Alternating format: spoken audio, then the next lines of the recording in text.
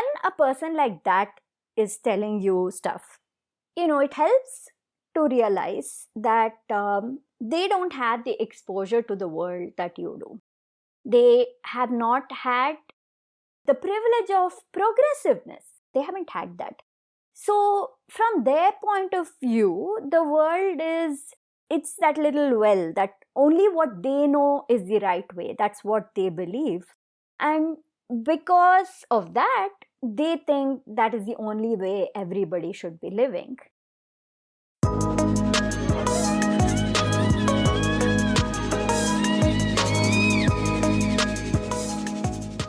Hello, hello, hello. Welcome back to the Feel Good Factor.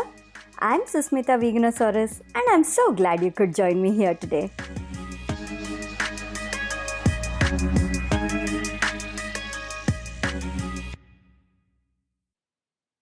Hello again. Good to be back here.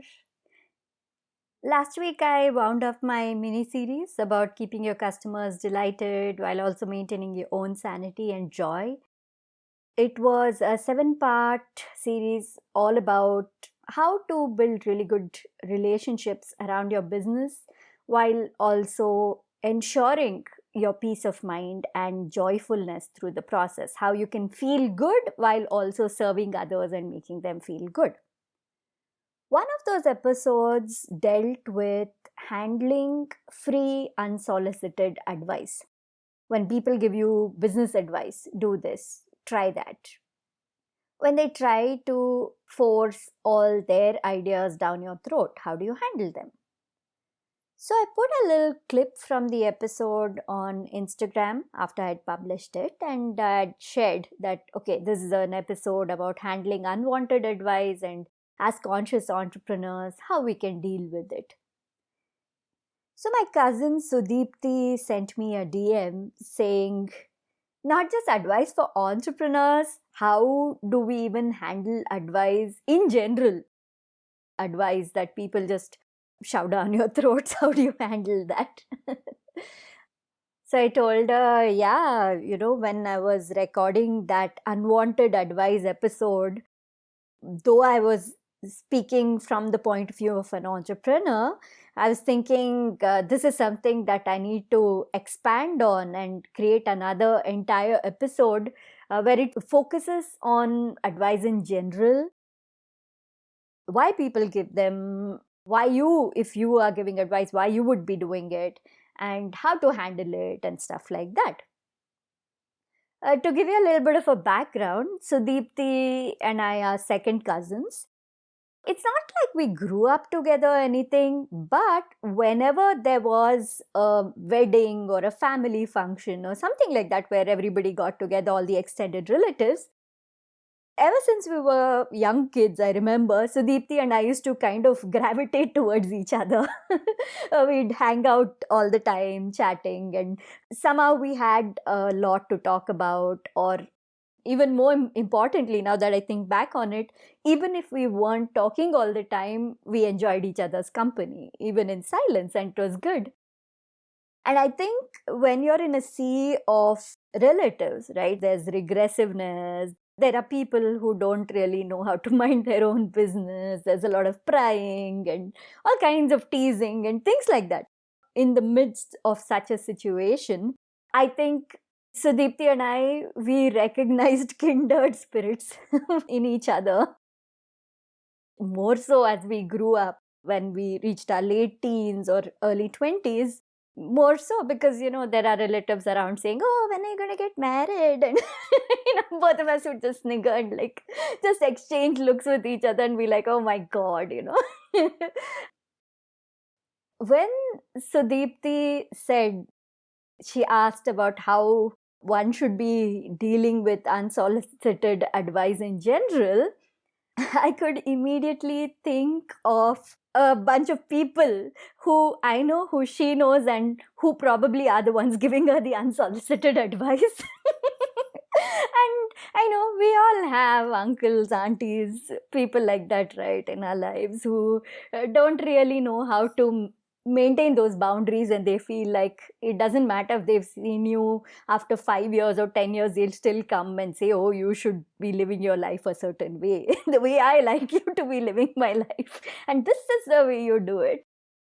I got to think of these people that Sudeepti and I probably share, and then create this whole episode to help everybody who has similar people in their lives. Probably something I say might help you through a situation next time you're faced with somebody just giving you all kinds of unwanted advice. You'd hopefully think back on this and realize that not one, but there are two people who totally understand what you're going through, and probably many, many more. This is something that I've taken a lot of time to learn. Initially, I would get very upset or irritated if somebody was just coming and giving me advice, and I wouldn't be very nice to them about it. Or I would be quiet and later, like, feel really annoyed, thinking of all the ways I could have responded. I'm sure you, you know what I'm talking about. You listen to somebody annoying, especially again, this happens with relatives or sometimes even with colleagues, bosses, whoever. People who don't really know how to mind their business. They're everywhere, all around us. So you probably understand what I mean when I say you are in a certain conversation and you listen to a person speak, and then you go back home and later that conversation lives in your head for much longer than it should, simply because you didn't deal with that situation in a way that you should have, or that you feel you should have. And I'd like to clarify something here. Personal advice receiving or handling is very different from business advice receiving or handling. When you're running your own, when I say business, when I say the word entrepreneur, it applies to teachers, freelancers, anybody who's doing their own thing. Now, handling unsolicited advice at that point of time is very different, because honestly, you don't have the time to sit and listen to everybody's stories and everybody's advice. You need to cut it off pretty quickly and move on to something else. But when it comes to personal advice, we can give it a little bit more leeway in terms of how we handle it. We don't have to immediately cut it off, or at least not in all cases. The first thing to do is consider the source, consider the person it's coming from. We don't have to dismiss all advice or reject all advice, because there's a lot of good stuff out there that can be very, very useful to you. So, who is it coming from? How much do you know or respect this person? How much do you value what they have to say? These things matter, so consider this.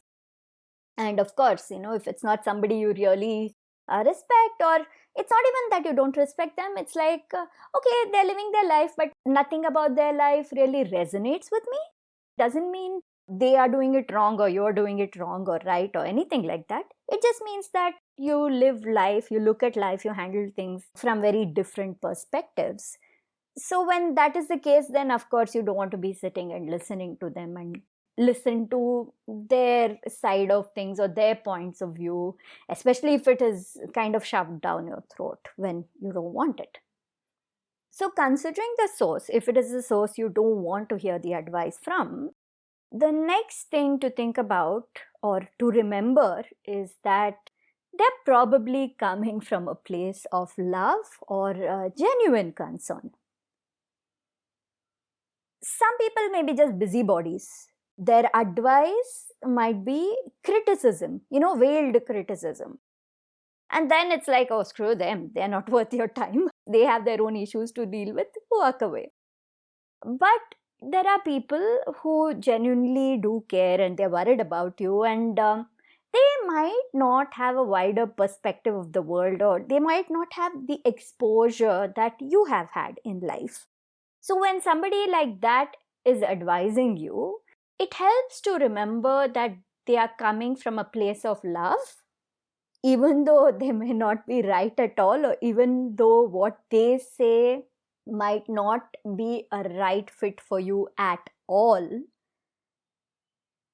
because they're coming from a place of love, it makes it easy for you to calmly breathe and handle that situation with a lot more kindness and love than you normally would. Do consider that, to keep in mind who the advice is coming from and where they are coming from when they share this with you. This one uncle who, I was still in my early 20s, for goodness sake, and every time he'd visit our house, he would be like, "Oh, when are you getting married? You're getting old." And then he'd go and talk to my dad and advise him on how he shouldn't be letting a daughter so old, in quotes, be unmarried. Every time he would visit and leave, it would be a guaranteed that I would get into a fight with my dad. People are saying this, so when are you going to get married? Blah, blah, blah. I'm going to look for a guy for you, all the arranged marriage nonsense. So when a person like that is telling you stuff, it helps to realize that they don't have the exposure to the world that you do.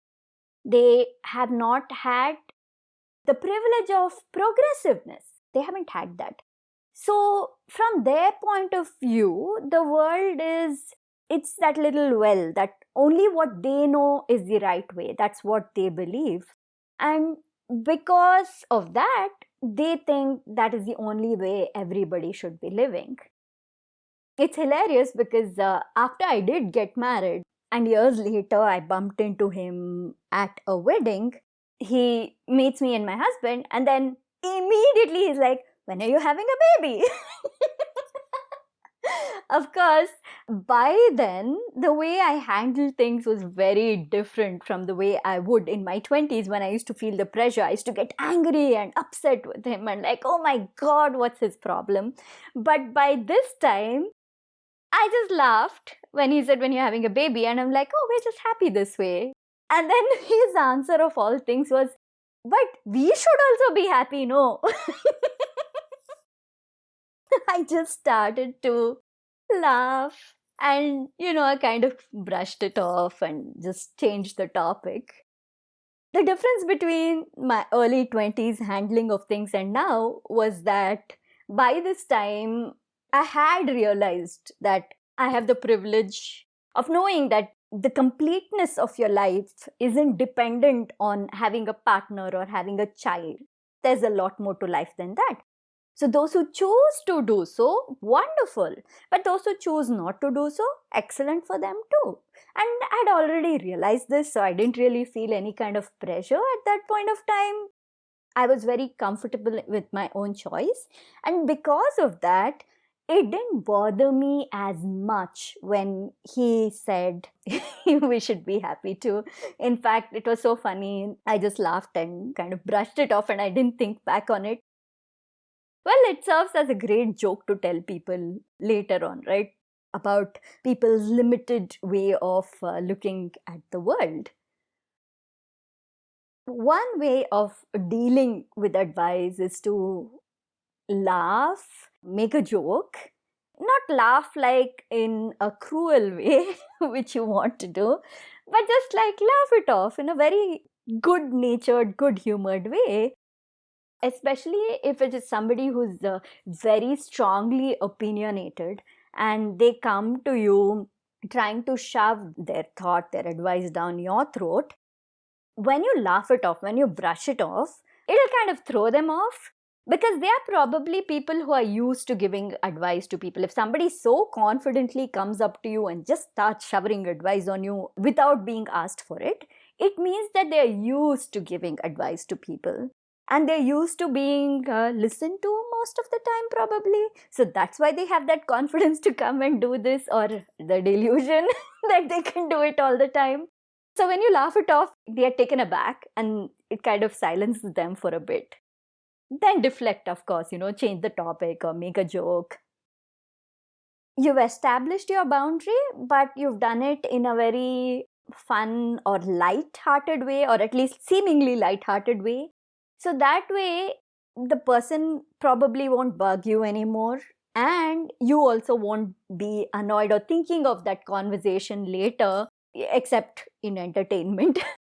I mean, years later, I'm thinking of this conversation and it's entertaining to me still, right? So maybe in that form. So it lightens the whole thing and makes it easier for everyone, and you don't mess up the relationship or disrespect somebody. Just because somebody doesn't know how to mind their own business doesn't mean they're a bad person. They might be a really nice person. Because in general, this particular uncle I'm talking about, he's actually good company. He's fun, he's sweet. So he's actually a good person and enjoyable person to talk to, except for the time when he's being nosy and, giving you unsolicited advice. So you don't want to mess up that relationship. Then you deal with it in such a way that you can deflect and joke and kind of brush it off. And here's the thing, when you show confidence in your choices, and when you're very clear and sure about this is what you want out of life, this is the way I've chosen to live, when you're very clear about those choices, then that confidence kind of gets infused into that situation. When somebody is confident about what they choose, who they are, the advice givers also feel a little unsure.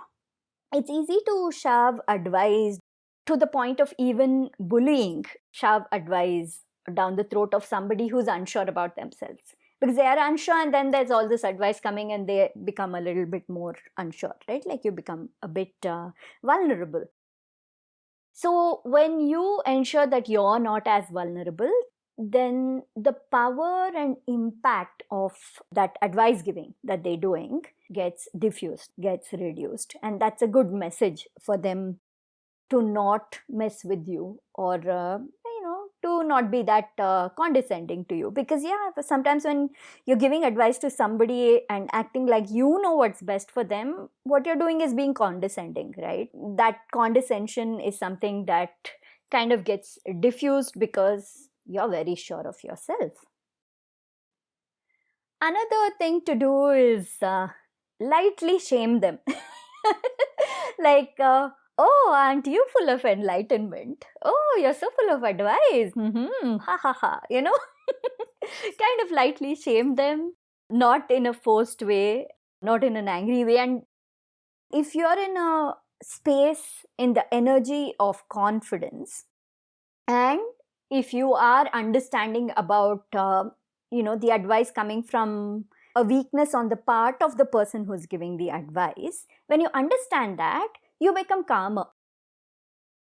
So at that point of time, you are able to control that flow of emotion. So you're able to shame them lightly, because this is, if they're a little too pushy, then you do that, right? First, where you're trying to slowly say and deflect and laugh. But then if they're still pushy, then you go a little further and you'll be like, oh my God, you know everything. you know, Shame them a little bit and make them conscious of what they're doing.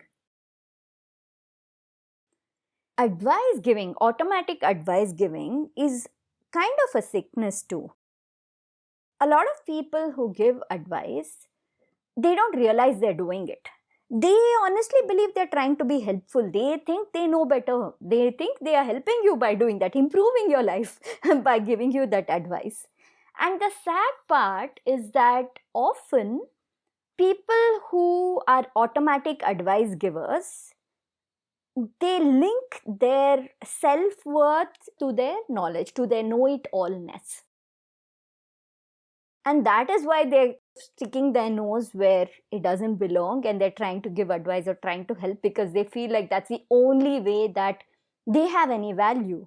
And unfortunately, a lot of these people, they have lots of value otherwise, but they don't realize it. They don't understand it. And they think that their value is only in giving people advice.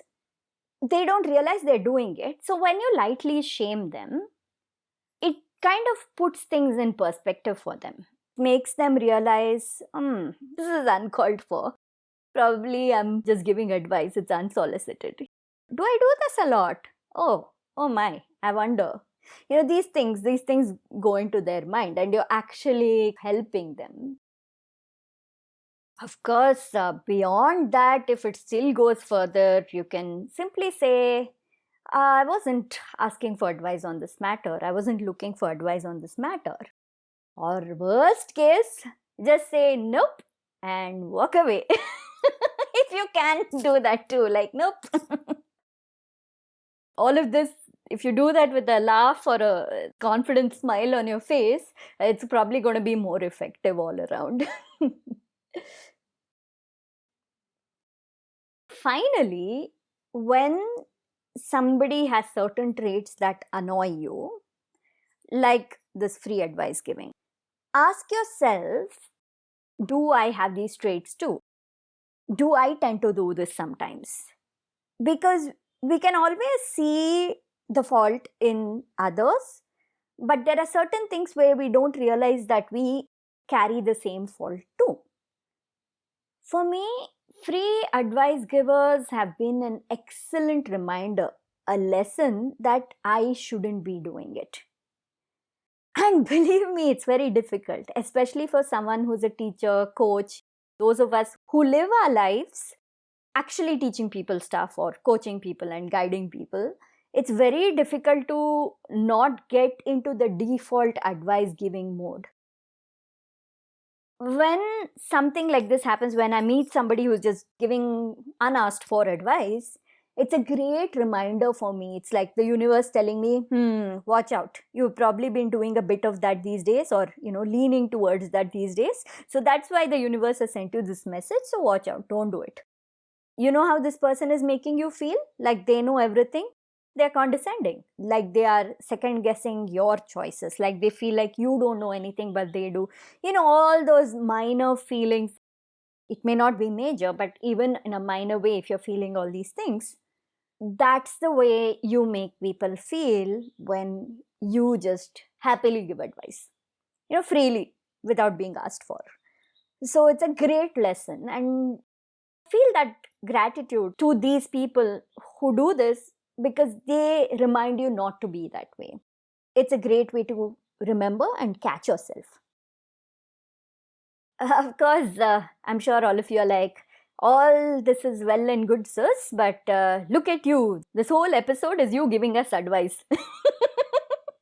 The irony of that is not lost on me, but there's a very big difference between recording or writing something and publishing it on your own platform and allowing the right people to come find it, versus you going and telling them things or shoving something down their throats.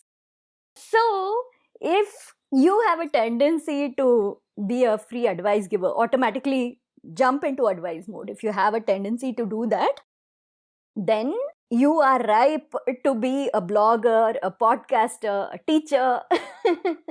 So that instead of going and shoving it down the throats of people who may not want it, who may not be ready to hear it, who may not want to listen to it from you of all people, all that is there, right? I mean, think of other people, how you feel about them, same way people can feel about you too. So instead of doing all that, start a blog, start a podcast, write your thoughts down or record them and publish them. And then the right people who your message is useful to will come. They will come, they will listen, they will feel that connection, and you've done your work. That's how you've done the good work. If you feel like your self-worth is connected to how much you're helping others, then this is a great way to do it. Of course, your worth, your value is a lot more than just that, than what you've achieved, or than what you do to help others, or then what advice you give others and how you help them improve their lives, all those things. You are worth a lot more than that. You're freaking amazing.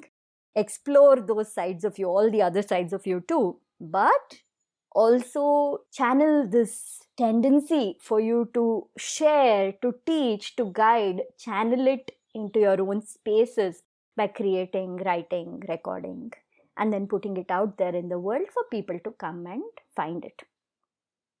And it's tempting, I know, when you're face to face with a person, you share some perspective, some advice with them, and you see the difference it makes, right? And it's actually helpful to them, and you get that immediate response.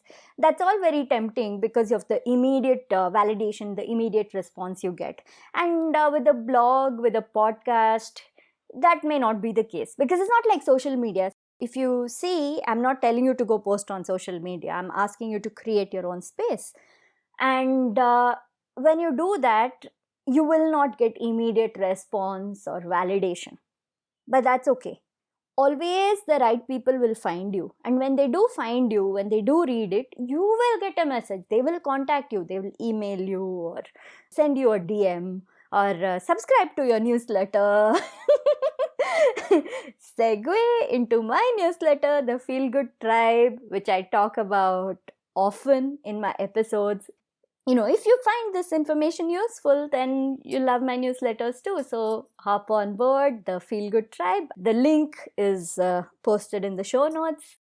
But yeah, that being said, so that's a great way when people come, when they DM you of their own accord, when they share your information, share it with others of their own volition, when they want to get closer to you within your circles, whether it's a community that you have or a newsletter like mine, if you have any of those and they're coming and joining that, that's how you know that your message is reaching the right people, where it's going to be valued, where it's going to be used.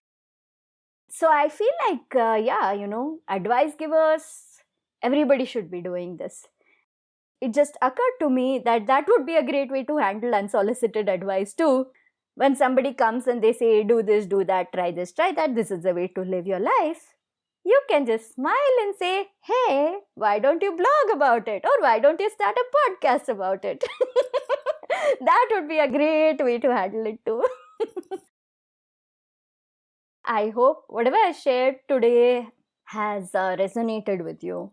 And the next time you're in a situation where somebody is shoving unwanted, unasked for, unsolicited advice, thoughts, opinions down your throat, I hope you think back on what I've shared today, laugh to yourself, find the entertainment fodder as well as the lesson in it, and then be very calm as you set your boundaries and laugh and step away from it. All right, that's it for today. If you enjoyed this episode of the Feel Good Factor, you are going to love what I share in my newsletter. It's called the Feel Good Tribe. I send out emails once or twice a month. You'll receive stories from my life written in a conversational style designed to provoke your thoughts and serve you. You can expect a wide range of topics across the emails, some of which are simple practices for joyfulness, mindfulness, self-care, well-being, and slow living, holistic business guidance for heart-based entrepreneurs, vegan recipes and cooking hacks, tips to lead a super joyful vegan life, manifestation, visualization, abundance mindset, moon cycles, and a bunch of other woo-woo stuff. Apart from that, I also include updates about my latest content. I also share recommendations of inspiring content by other creators and authors which I've come across and which I feel like, oh, my Feel Good Tribe's going to love this. And I have occasional announcements about my workshops, courses, and news services. To subscribe, go to veganosaurus.com/newsletter. That is veganosaurus.com/newsletter. I can't wait to have you be a part of the Feel Good Tribe. Thank you so much for listening to this episode of the Feel Good Factor. I'm Susmita Veganosaurus, and I'm looking forward to talking to you again very soon. Bye!